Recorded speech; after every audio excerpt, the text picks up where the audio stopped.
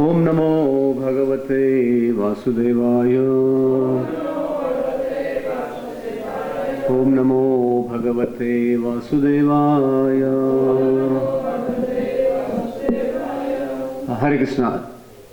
This evening we are reading from Bhagavad Gita as it is, chapter 8, entitled Attaining the Supreme. Text 11. Yad aksharam veda vido vadanti. Yad aksharam veda vido vadanti. Vishanti yad yat yato vitaragaha. Vishanti yad yatayo vitaragaha. Yad icchanto brahmacharyam charanti. Yad icchanto brahmacharyam charanti. Tatte padam sangrahena pravakshe. Tatte padam sangrahena pravakshe. Yad aksharam veda vidos vadanti. Vishanti yad yato vitaraga. Yad icchanto brahmacharyam charanti. Tatte padam sangrahena pravakshe. Yad aksharam veda vido vadanti. Vishanti yad yatanto vitaraga. Yad icchanto brahmacharyam charanti. Tatte padam sangrahena pravakshe.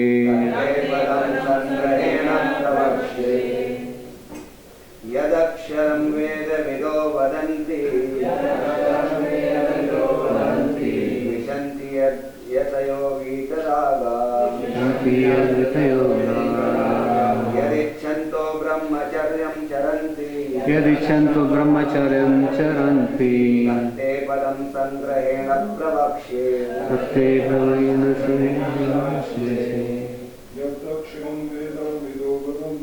Yadaksharam veda vido vadanti. Vishanti yad yatayo vitaraga. Yadichanto brahmacharyam charanti. Tatte padam sangrahena pravakshe. Yadaksharam veda vido vadanti. Vishanti yad vitaraga. Yadichanto brahmacharyam charanti. Tatte padam sangrahena pravakshe. Yadaksharam veda vido vadanti. Vishanti yad yatayo vitaraga. Yadichanto brahmacharyam charanti. Tatte padam sangrahena pravakshe. Yat, that which. Aksharam, syllable om. Veda vidaha, persons conversant with Veda. Vadanti, say. Vishanti, enter. Yat, in which. Yatayaha, great sages. Vitaragaha, in the renounced order of life. Yat, that which. Icchanti, desiring. Brahmacharyam, celibacy. Charanti, practice. Tat, that. Te, unto you. Padam, situation. Sangrahena, in summary. Prakshaye, I shall explain. Translation and purport by His Divine Grace Srila A.C. Bhaktivedanta Swami Prabhupada ki. Persons who are learned in Vedas, who utter Omkara, and who are great sages in the renounced order enter into Brahman. Desiring such perfection, one practices celibacy. I shall now briefly explain to you this process by which one may attain salvation. Purport.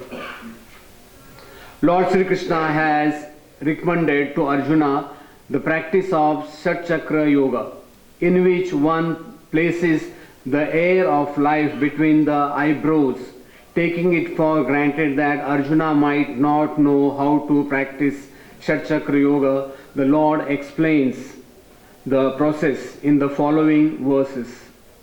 The Lord says that Brahman, although one without a second, has various manifestations and features, especially for the impersonalist. The Akshara or Omkara, the syllable Om, is identical with Brahman. Krishna here explains the impersonal Brahman into which the renounced order of sage enter. In the Vedic system of knowledge, students from the very beginning are taught to vibrate Om and learn of the ultimate impersonal Brahman by living with the spiritual master in complete celibacy. In this way, they realize two of the Brahman's features. This practice is very essential for the student's advancement in spiritual life. But at the moment, such brahmachari, unmarried, celibate life is not at all possible.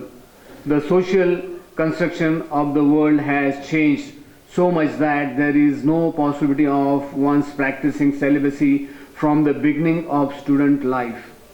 Throughout the world, there are many institutions for different departments of knowledge, but there is no recognized institution where students can be educated in the brahmacharya principles.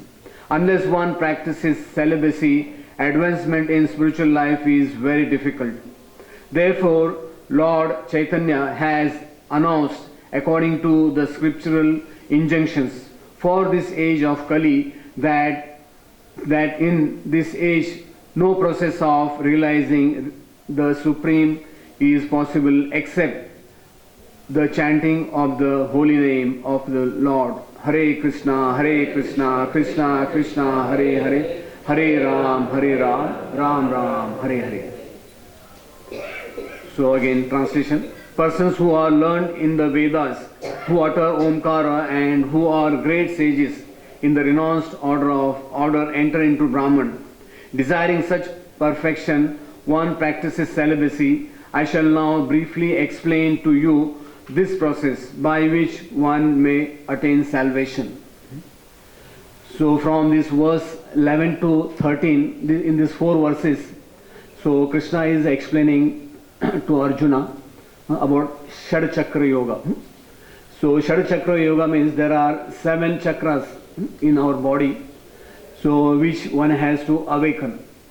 So here Krishna is giving Arjuna one alternative.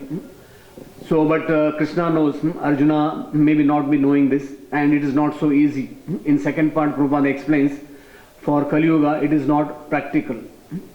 So basically this is a yoga mixture bhakti here, what we are seeing today. So this Shad Chakra, now also in India there are many institutions, especially Kundalini, Vipassana. So they call people and they have institutions, and they also tell people that they can awaken their Kundalini. So Kundalini, this is also called Kundalini Yoga. So in India there was one Nirmala Devi, I don't know still if she is living. She was very famous, and they used to have big camps calling people to awaken their Kundalini. So but it is not so easy, because in Kali Yuga people are not following any rules and regulations. And Prabhupada explains, just to get into this kind of awakening, Shad Chakra, one has to practice celibacy from childhood. And that is what we can't find in Kali Yuga. And Prabhupada explains there is no institution anywhere in the world where from the childhood the children are taught about the celibacy. So this is only possible for very few people. We can't say it can be possible. So one time my Guru Maharaj, His Holiness Radhanath Maharaj, he was traveling in Himalayas. So they were coming down in a car, old car, and suddenly the car broke down. And the driver said, Hari bol, now you remember your Lord, whatever it is. So Radhanath Maharaj, he was chanting Hare Krishna, and the other yogi, he was a Ashtanga yogi, something like that. So fortunately what happened, the driver, he banged the car on the left side of the hill, and somehow the car didn't fall off in the valley. They got saved. So when they came out, so Radhanath Maharaj asked this yogi, what kind of chakra or what kind of yoga you practice in this situation of life? He said, what do you say? How can I do any kind of yoga in this condition of life? Not so easy. So Kali Yuga we see, so the life situations will not be the same. Today what we see, most of the people towards the end of life, they are only in the bed. They are bedridden. And one survey, it mentions that most of the people, they die all of a sudden. In Kali Yuga, most of the people, like recently there was one devotee here, Raghunath. He was very elderly devotee, initiated. And suddenly he had some heart chest pain. Before he was being taken to the hospital, on the way he left the body. So even among the devotees also not so easy that we can get into such kind of jugglery.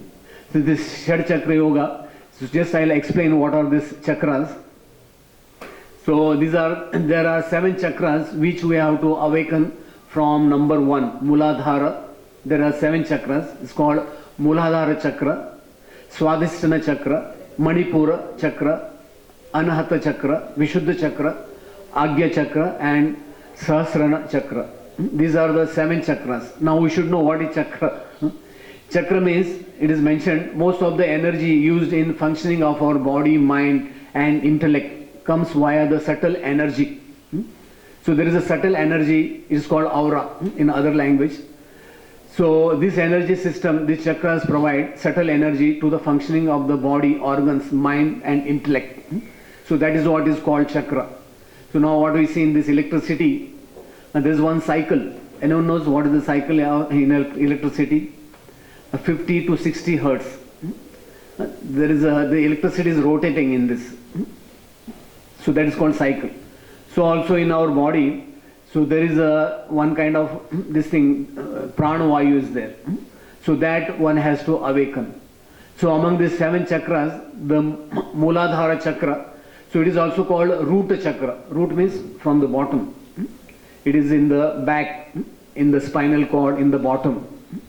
So it is mentioned that the seat of physical vitality and the fundamental urge to survive. It regulates those mechanisms which keep the physical body alive. It is the chakra whose main aspect. Then Swadhisthana Chakra. It is called spleen. In English it is called spleen chakra. This energy is the center of creating relationship of all kinds. It is where we develop an inward sense of self and outward awareness of others, ego and family, and defined as work with the energies. The feelings of other people are directly perceived through mastery of this chakra energy. Then Manipura. Manipura, it is in the heart. Okay? So this is called heart chakra, Hridaya chakra. The center of real unconditional affection, spiritual growth, compassion, devotion and love. It is the bridge connecting the lower and higher energies of our being, and is the place where resides our spirit, our true self, free and independent. Then Vishuddha chakra. This is called purification chakra. The center for communication, self-expression and creativity. This is where the inner voice of one's truth is expressed. It is the chakra of diplomacy, of pure relationship with others, and of playful detachment, speaking with a knowledge of our interconnectivity through spirit reflects mastery in this energy. Then called, this is a Vishuddha Chakra, fifth. Where are you reading from? So this is from Shada Chakra Yoga.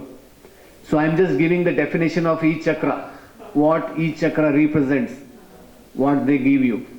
So now, sixth is called Agya Chakra. Is called Agya Chakra means they call third eye, which there is no eye, but this can be perceived between the eyebrows. Okay, so this is called Agya Chakra, the seat of intuition and direct spiritual vision. It is here that we visualize things through our third eye of intuitive knowledge. The opening of the third eye corresponds with spiritual awakening. It is the chakra of forgiveness and compassion, and ultimately Sahasrara Chakra, that is crown chakra. It is there in the end from where the soul leaves the body. So this chakra represents the highest level of consciousness and enlightenment. It is the connective center to spirit. This center integrates all the chakras with their respective qualities. Mastering the lower vibrational aspects of our being, we reside in the full awareness that we are spiritual beings living in human existence. So these are the 7 chakras, what one has to awaken one by one.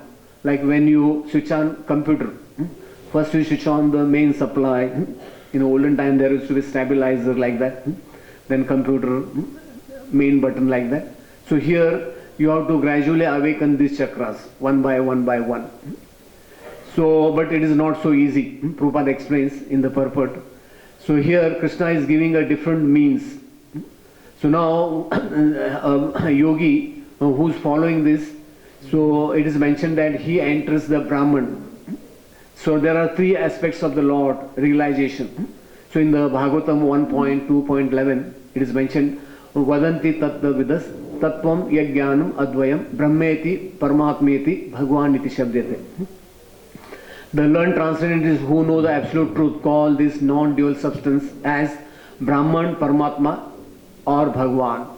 So here Prabhupada explains that only a person can awaken to these things of the Lord's features, Brahman and Paramatma.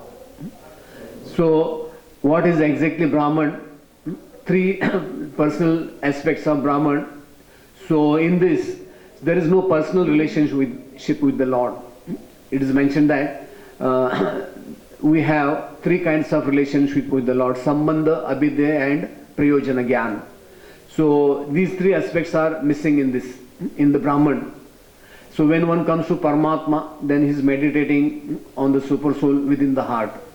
And when one comes to the realization of Bhagwan, so that is the ultimate. One comes to know, yes, what is Lord Krishna. So today in this verse, basically the emphasis is given on the word Omkara.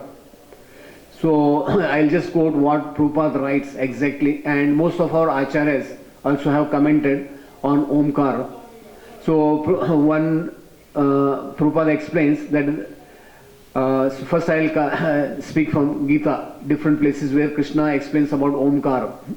So Lord Krishna in 7.8 Bhagavad Gita, Pranava Sarva Vedeshu, Krishna explains that I am represented by Pranava. Pranava means this is called Omkara. Pranava mantra means Omkara. The chanting of the Vedic mantras beginning with Omkara is directly chanting of Krishna's name. There is no difference whether one chants Omkara or addresses the Lord as Krishna. The meaning is the same. Then in 10th chapter, in there Krishna explains about his vibhutis. 10.25 Krishna explains, Giram asya ekam aksharam yajnanam japa yagyosmi. Krishna explains, of the vibrations I am the transcendental Om. Of sacrifices I am chanting of the holy name Japa. Every Vedic mantra is called Brahma because each mantra is preceded by Brahmakshara, Om. For example, like in the Bhagavatam, there is a, Prabhupada gives an example, Om Namo Bhagavate Vasudevaya, like that. So then again in 17th chapter, Krishna again explains that Om Tas Sad Iti Nirdishto Brahmanas Tat Vidasvrata. From the beginning of creation means Again, it will come in the next. How when Brahma was created in the beginning, so what Brahma heard, the first word, anyone knows? Huh? Tapa. Ah, yes, correct. Okay. So from the beginning of creation, the three words Om Tat Sat were used to indicate the supreme absolute truth.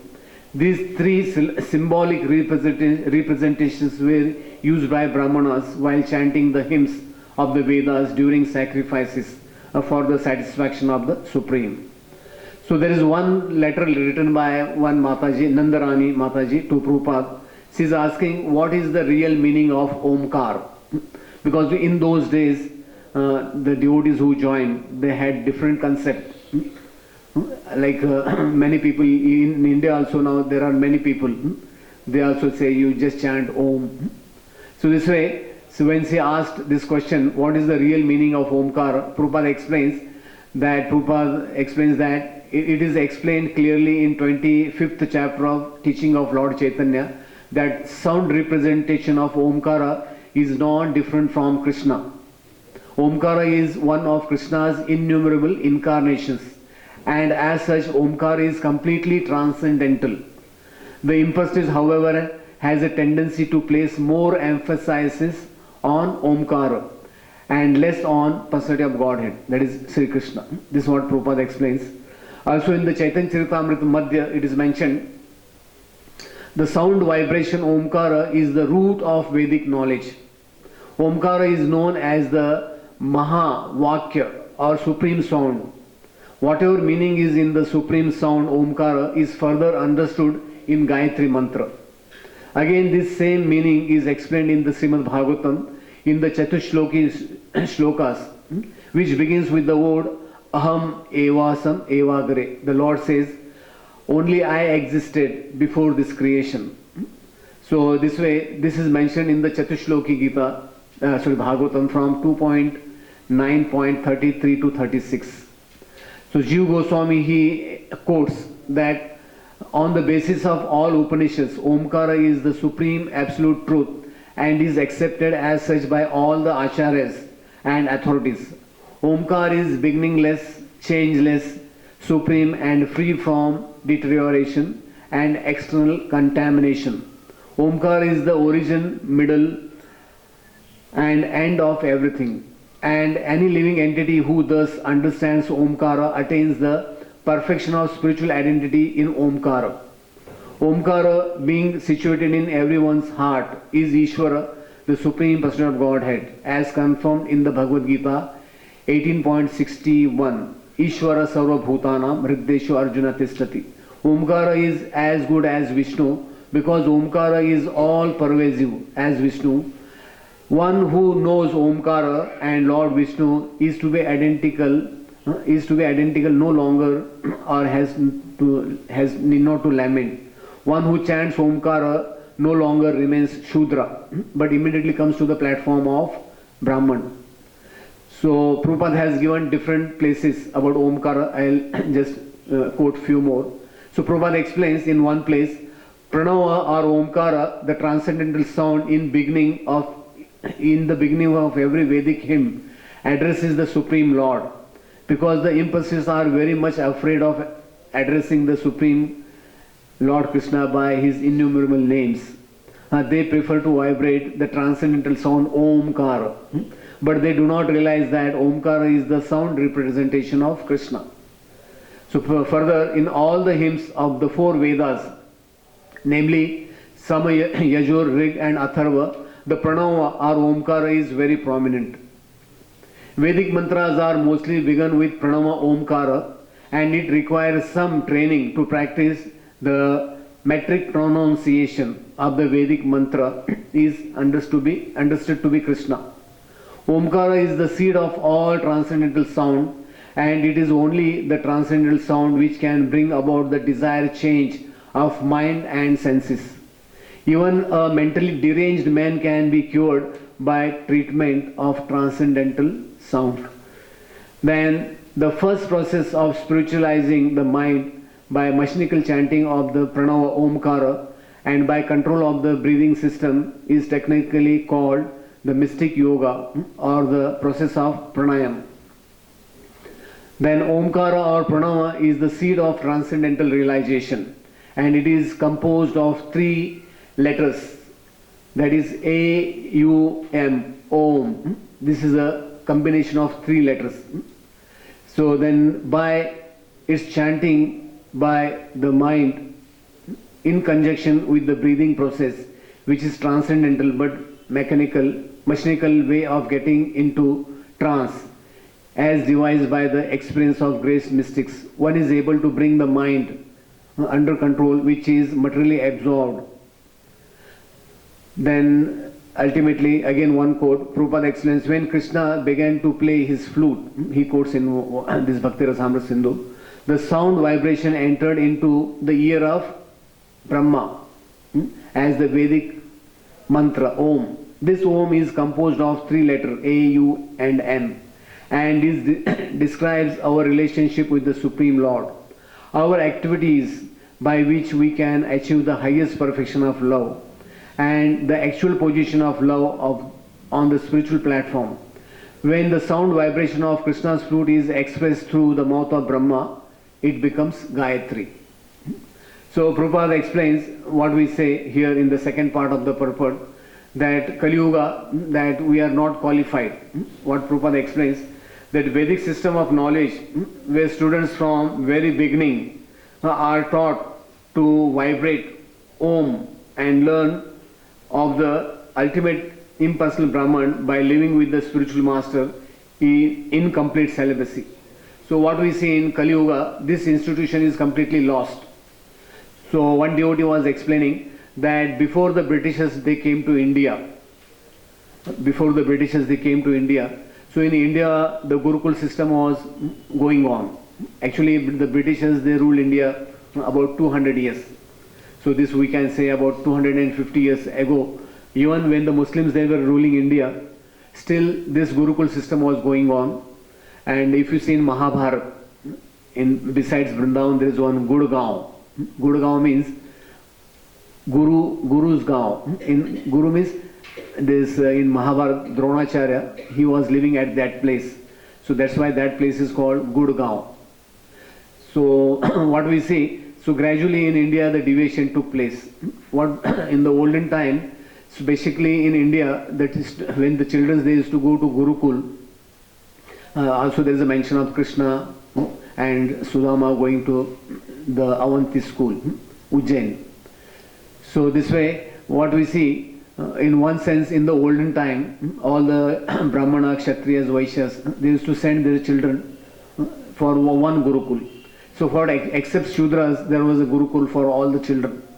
And this way, the teacher, he used to analyze the student, how in what this way he can be a good student.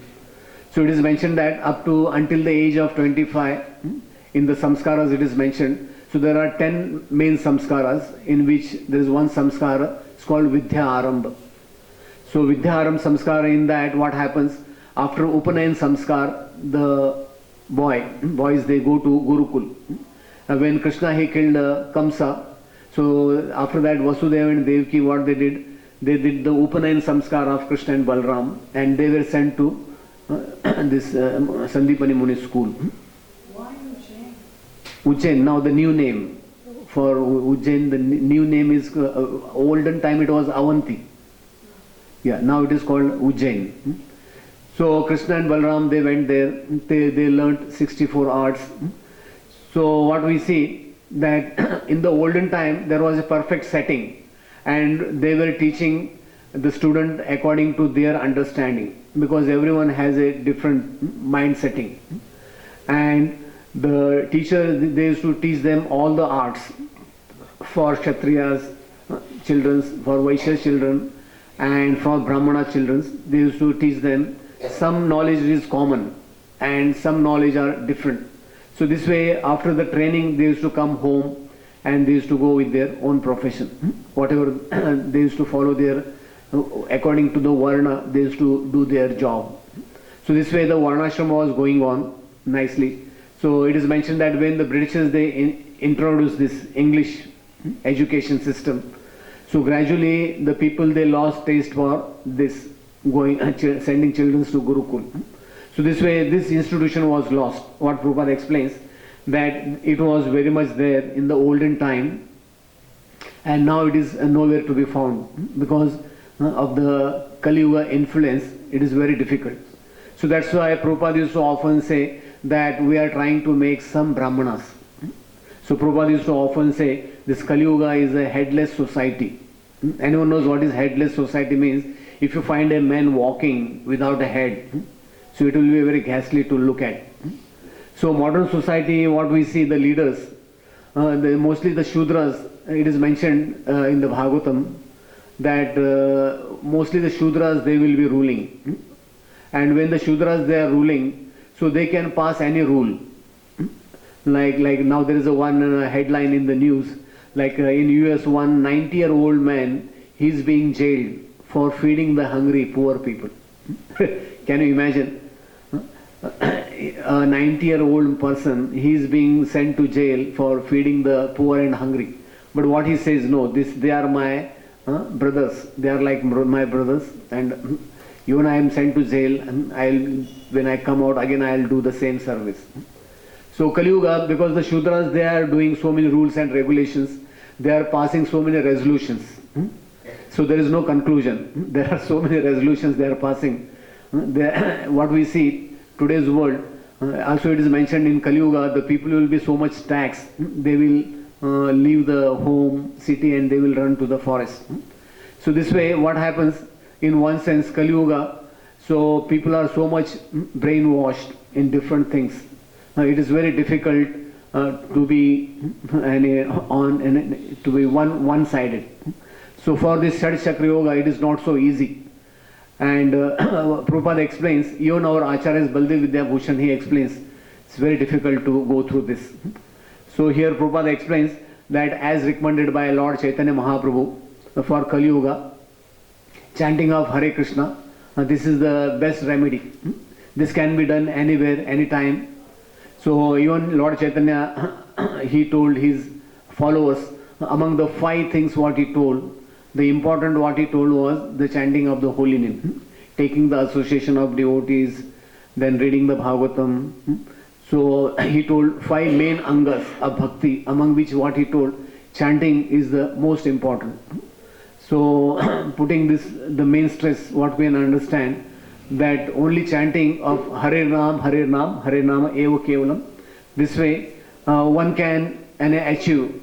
It is not necessary that Kali Yuga one can awaken this Kundalini Yoga and he can reach. Not so easy. So Bhaktivinoda Thakur, in his biography, he writes that his grandfather, maternal grandfather, before leaving his body, he called him. And Bhaktivinoda Thakur, he was a young man that time. So when he went to his village, so Bhaktivinoda Thakur personally, he saw that his grandfather, he was a Ashtanga yogi, and he sat in posture, Siddhasana. So it is mentioned that one has to close all the whole body has so many holes. So anyone knows how many holes our body has? There are there are 9 gates, but we have how many hairs on the body? So I forgot. There is some number. So this way, so it is mentioned that a yogi has to close all the holes, because what happens, like materialistic people, what you see, when they leave the body, the soul leaves the body through the lower parts of the body, because fearing the Yamdutas. So in one sense, one who is a perfect yogi, so it is mentioned that here we have one place in our head, is called Brahma Randra. Randra means hole. Brahma Randra means from where the Brahman, the soul, will leave the body.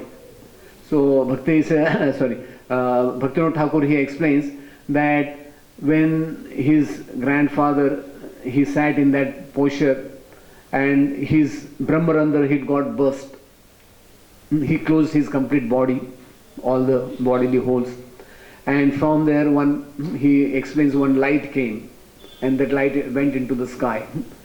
So this way, in the olden time, there were people. Nowadays it is not so easy. Very, very, very rare people can do this way. So we'll go through the commentary of our Acharyas. So Sridhar Swami he explains, Lord Krishna speaks this verse with a view to instruct how the preceding practice is based on the sacred syllable Om, which is the personal transcendental sound vibration of the Supreme. The utilization of the sacred mantra Om is more direct means than the mere practice of directing the life force to the proper place in the physical body. So Sridhar Swami what he explains that it is not mandatory that you have to sit in this posture. He explains chanting that Om is more important than in sitting in that posture. He explains the word Aksharam means imperishable. So Aksharam means imperishable, the Lord's abode is imperishable. The imperishable condition that adepts of Vedic scriptures described, so he quotes then Brihad Aranyaka Upanishad, which states, under the mighty control of this imperishable, the sun and the moon are held coursing into their position, which aspirants is Lord Krishna's referring to. He is explaining those aspirants who are striving, who have eradicated all desires, who have dedicated themselves to celibacy and abstinent life with their spiritual preceptor. These aspirants are qualified to attain the ultimate goal. Lord Krishna speaks the word Sangrahena, or in summary meaning, he explains that one who accumulates that his piety in one sense, only such kind of a person can enter into Brahman, not into the Lord's Golok Vrindavan. So Vishnu Chakravarti Thakur explains, just by mentioning that the yogi should concentrate the prana at Agya Chakra which is in the heart. I cannot understand this yoga. Vishnu Chakravarti Thakur explains, what is the manner of doing this yoga? Then what should be chanted? Upon what should one meditate? What is to be obtained by this yoga? He is all questioning. Briefly, you should tell me. Krishna speaks 3 verses, he explains, to answer this. Then Baldev Vidyabhushan explains, so I cannot understand this method of fixing the prana in the Agya Chakra. So we can understand, our acharyas also, they are giving a negative this thing to this kind of Shad Chakra Yoga. So Prabhupada explains, Krishna is going to tell this, maybe Arjuna must not be knowing. So Krishna is giving one alternative. Therefore, what is this method? What is to be chanted? What is the object of meditation? And what is the ultimate goal achieved? Anticipating this question, the Lord speaks. The knower of Vedas says that the syllable Om represents the one indestructible Brahman. The sannyasis, having given up ignorance with raga, attain Vishanti, that Brahma full of knowledge indicated by the sound Om. So this is what Baldev Vidyabhushan he explains. Then also Madhvacharya he explains that the ultimate goal to be attained is explained by Lord Krishna in this verse. Since the aspirants attain that consciousness, it is known as Padam. Padam means the supreme abode, Param Padam, or state, and once that state is reached, it is designated by the word Vishanti, or enters. So he quotes from Narada Puran, he explains that the ultimate goal to be attained is Lord Krishna, is confirmed in the Vedic scriptures. Since that consciousness is achieved by the ascetics, it is known as Padam. So also Bhagavatam, what we see from Canto 1 to Canto 12, most of the many verses, there is a mention of meditating on the feet of the Lord. So he explains here that one has to do the brahmacharya practice. One has to voluntarily practice brahmacharya for spiritual progress. He explains that one's consciousness is in full devotion to the Supreme Lord.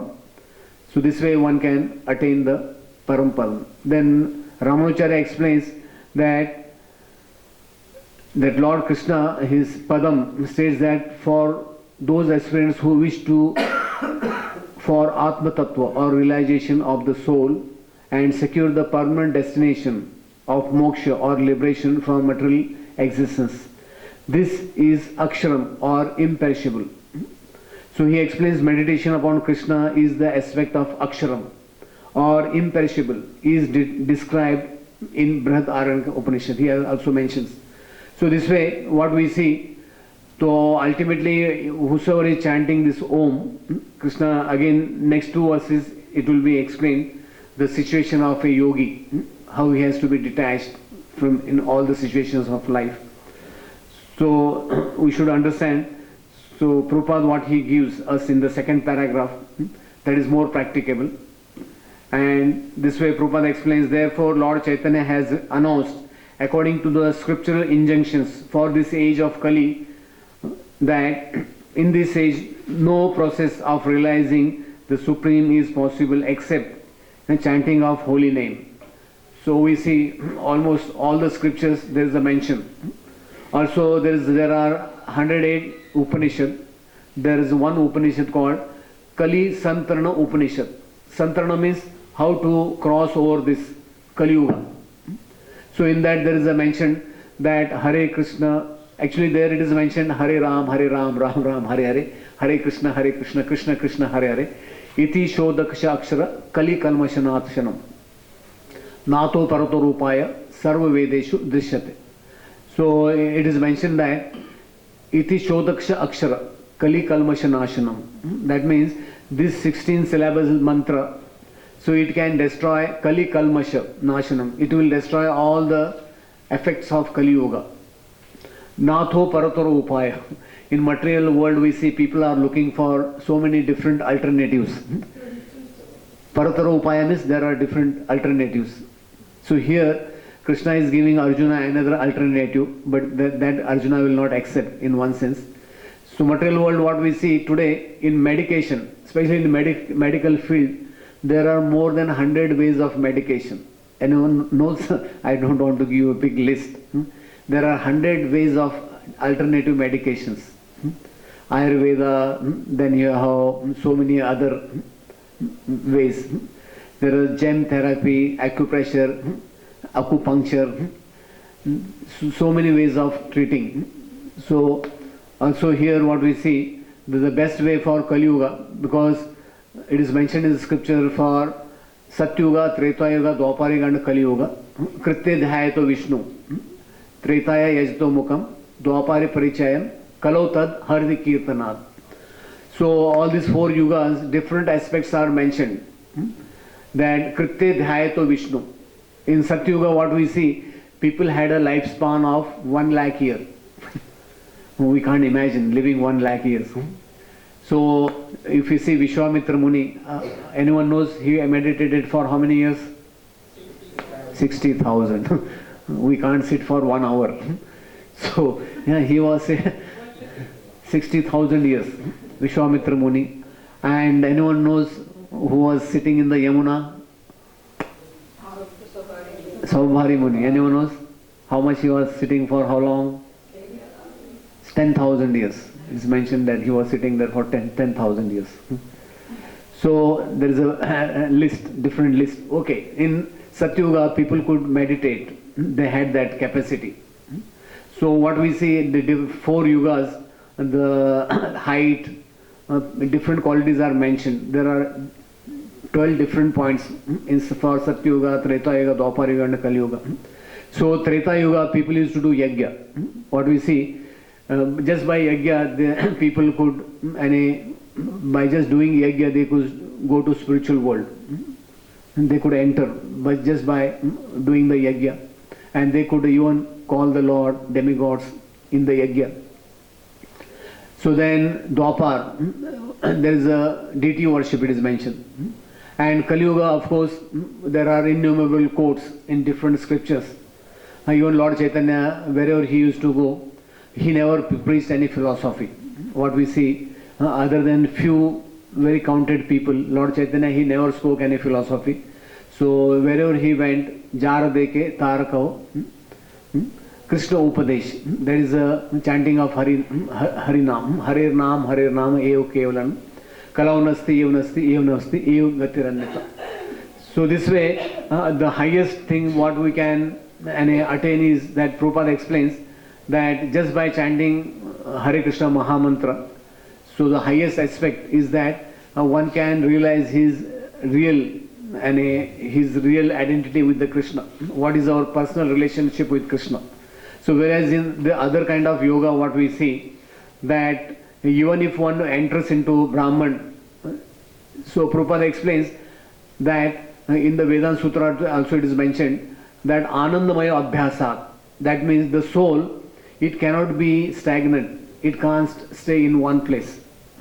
So the different aspects of the souls are mentioned. The soul, one quality of soul is Anandamaya Abhyasa, that means he always wants to enjoy. The soul can't sit in one place. So Prabhupada explains even if one goes to Brahma Jyoti, so there he can't, he can't be stagnant. So one has to come down. So again when he realizes that yes, I am Aham Brahmasmi, that means I am spirit soul. So in material world what we see, especially Mayavadis, they interpret in a different way, especially Aham Brahmasmi. So they explain that yes, I am Brahman. Also the Mayavadi sannyasis, how they acknowledge each other, Namo Narayan. What they feel, Danda Dharena Matra Narayana Bhavati. That means just by becoming a sannyasi, what they think, now I have become Narayan, as good as Vishnu. But that is not the case. But we should know that we can't never merge. Even if one goes into Brahma Jyoti, even one goes into Paramatma, even if one goes to the spiritual world, one can't merge into the Lord, because always we are existing we have our own identity. So in material world also we can see each living entity, whatever you see, all different living entities, so they have different characteristics. So but the soul is same. That doesn't mean that the soul when it merges into the Lord, it becomes one. It is not that way. So also the Mayavadis, they have different codes, Ghatakash, Patakash, like that. But we have to have the understanding that here Krishna is giving Arjuna another alternative, and further 2 shlokas it will be mentioned how one has to practice this. But in Prabhupada also the purport of 11 and 13, they are similar. If you go through the purport, 11 and 13, they are similar. It doesn't give much, Prabhupada doesn't give another different angle.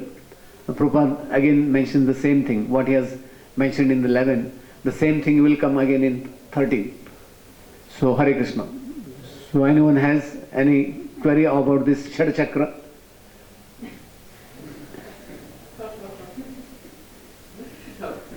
Yeah. So when Well,